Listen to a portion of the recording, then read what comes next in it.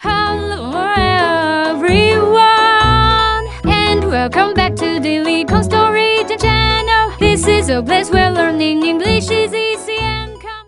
All right, we are back. Welcome back to another episode. I'm your host, and as always, sitting across from me, well, not literally across, we're in the same room, but you know what I mean. Yeah, we're like 2 feet apart. We keep saying across for me like it's some dramatic thing. Right. Okay, so today's topic, and I've been wanting to talk about this for a while, actually, genuinely, because I went through this myself, and I think a lot of our listeners are going through it too. We're talking about how to think in English. Yeah. And I know that sounds like, when you first hear it, it sounds almost philosophical. What does that even mean? But it's very real. It's a very real thing that language learners deal with. It is. And I think, okay, let me start with this. When did you first realize that you were translating in your head instead of actually thinking in English? Oh, man. Okay, so it was embarrassing, actually. I was in a meeting, this was years ago, and someone asked me a question, a pretty simple question, and I remember my brain going Turkish first, then English. And there was this noticeable pause. The pause, yes. Where everyone is just staring at you and you're like, please, brain, come on, work with me here. The internal loading screen. Exactly, the internal loading screen. And I think that's the moment most people realize, oh, I'm not actually thinking in English. I'm thinking in my native language and then running it through a translator in my head. Which is exhausting, by the way. People don't talk about how tiring that is. So tiring. Mentally draining, because you're essentially doing 2 jobs at once. You're having a conversation and you're simultaneously translating. That's a lot. It really is. And I think the first thing we need to address before we even get into the how is why this happens. Why do we default to translating instead of thinking directly in the target language? Right. So, okay, this is actually rooted in how our brains acquire language. When you learn your first language, your native language, you don't learn it through translation. You learn it through association. Like you see a dog, and you hear the word dog, and your brain connects the concept, the furry animal, directly to that sound, dog. There's no intermediary. Right, it's direct. It's direct. But when you learn a second language in a classroom setting, which most of us did, you're taught through translation. You see the word dog in English, and you're taught that it equals köpek in Turkish, or perro in Spanish, or whatever. So your brain builds a bridge. A bridge, yeah. Instead of a direct connection. And that bridge is the problem. Every time you want to say something in English, your brain goes native language concept, native language word, English word, instead of concept, English word. Directly. That's such a clean way of putting it. And I think a lot of people don't even realize this is what's happening. They just think they're bad at English or they're not fluent enough, when really it's just a wiring issue almost. The brain is wired to take the longer route. Exactly. And the good news is, and this is what I really want people to hear, that wiring can change. The brain is plastic. It can rewire itself. You can build that direct connection over time. Okay, so let's get into it. How do you actually start thinking in English? What are the practical steps? All right, so I'll just go through the things that actually worked for me, and then I want to hear yours because I feel like we had different journeys. Yeah, definitely. Go ahead. Okay, so the first thing, and this sounds almost too simple, is to start narrating your life in English, internally, in your head. Oh, yeah. You wake up in the morning, and instead of your brain doing its normal thing, you consciously push it to narrate. I'm getting out of bed, it's cold, I need coffee, where did I put my phone? Simple stuff. Present tense, simple vocabulary. Not Shakespeare. Not Shakespeare, right. Not upon this morn I shall arise and seeketh my caffeine. Just normal stuff. Right, just I need coffee. That's enough. That's enough. And the reason this works is because you're forcing your brain to generate English thoughts spontaneously, not in response to something external. It's coming from inside the house, so to speak. I love that. And I did this too, actually.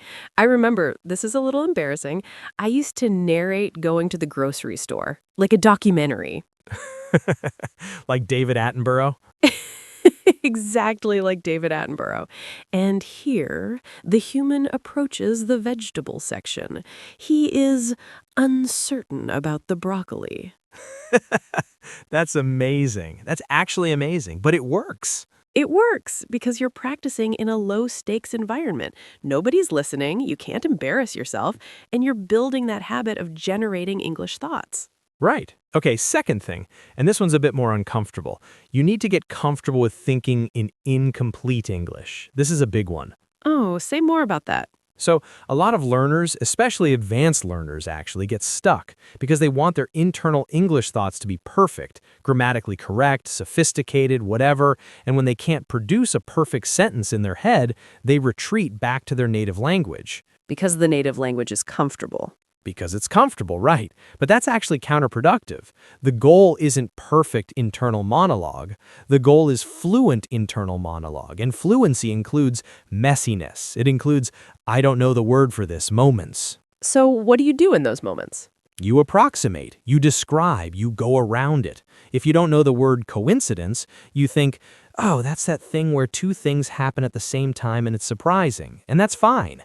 Native speakers do this all the time. We forget words. We describe things instead of naming them. That's such an important point.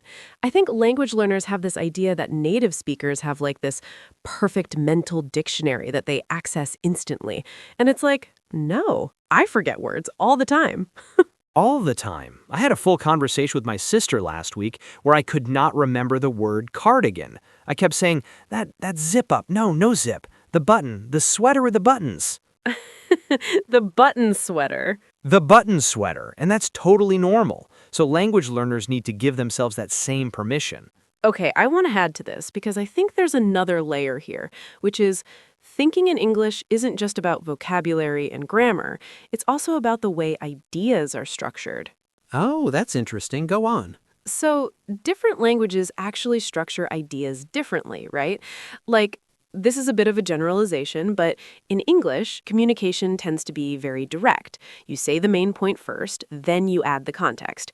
Whereas in some other languages and cultures, you build up to the main point. You give the context first, then the conclusion. Right, the indirect communication style. Exactly. So when you're truly thinking in English, you're not just using English words, you're also starting to organize your thoughts in that more direct, linear way. And I think that's actually a deeper level of fluency that people don't talk about enough.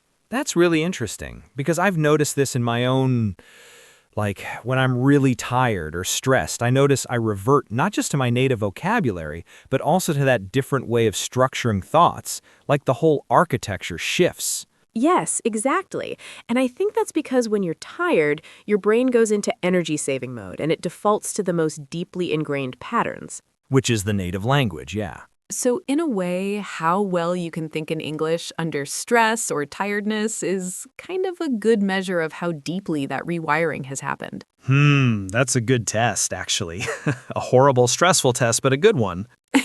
The worst conditions possible, but yeah. Okay, so let's talk about some more practical stuff, because I think we've covered the why pretty well.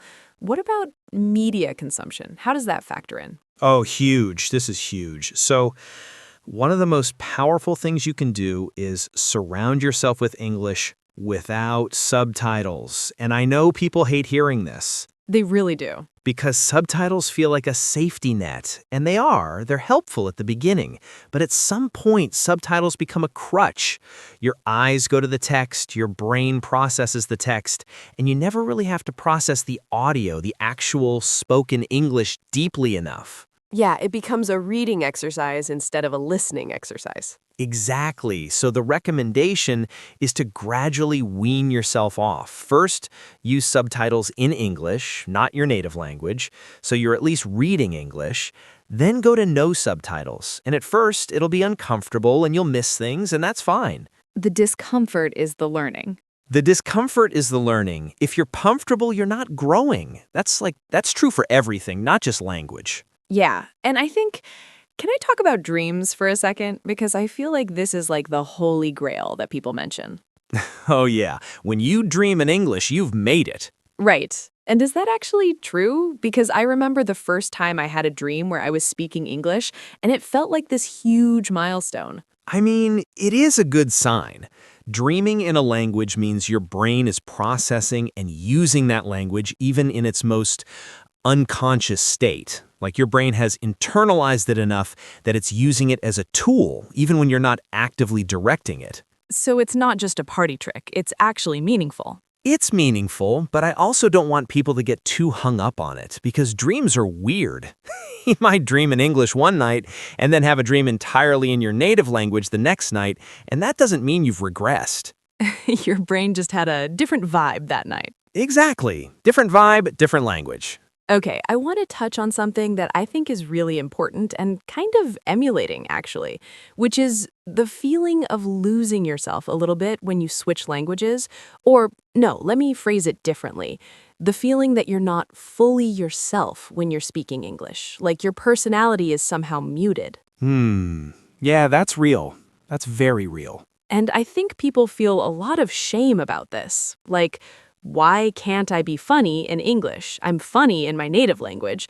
Or why do I sound so flat? Because humor is deeply cultural and deeply tied to language. Like being funny requires perfect timing, it requires cultural references, it requires wordplay sometimes. And all of those things take years to develop in a second language. So what do you say to someone who feels like less of themselves in English? I say you're not less, you're early. There's a difference. You're not a diminished version of yourself. You're an early version of your English self. And that English self will grow. It will develop a sense of humor. It will have opinions and personality and wit. But it takes time, and you have to be patient with that version of you. That's really beautifully put, actually. Thank you. No, genuinely, because I think a lot of language learners carry this grief almost, this grief for the version of themselves that exists in their native language, the articulate, funny, expressive version, and they feel like that person is lost when they switch to English. But they're not lost. They're just temporarily inaccessible, and the bridge between those two versions of yourself gets shorter over time. Yeah. Okay, I love that. All right, let's do some rapid practical tips before we wrap up, because I know we've been going for a while. Yeah, let's do it. Okay, so 1, internal monologue in English. We covered that. 2, Think in English when you're doing mindless tasks, washing dishes, commuting, showering. Those are perfect moments. Your conscious mind is free. great. 3, Read English books, physical books, not just social media, and don't look up every word. Let your brain infer meaning from context. This builds your ability to think around gaps in vocabulary. 4, Talk to yourself out loud. I know it sounds crazy, it sounds very crazy. but speaking is a different skill from thinking, and practicing out loud, even alone, bridges that gap between internal thought and external production. 5, and this is mine, consume content that you're actually interested in. Don't just watch English content because it's English. Watch stuff you genuinely care about because emotional engagement deepens learning. Yes, 100%. If you're bored, you're not learning. Exactly. All right, I think that's a pretty solid episode. We went deep. We really did. I feel like we needed coffee for this one. We definitely needed coffee. All right, to everyone listening, thank you so much for being here. If this episode resonated with you, share it with someone who's on their language learning journey. And remember, you're not bad at English. You're just early. You're just early. I like that. Let's make that a thing. Let's make that a thing. All right, we'll see you next day. Bye-bye.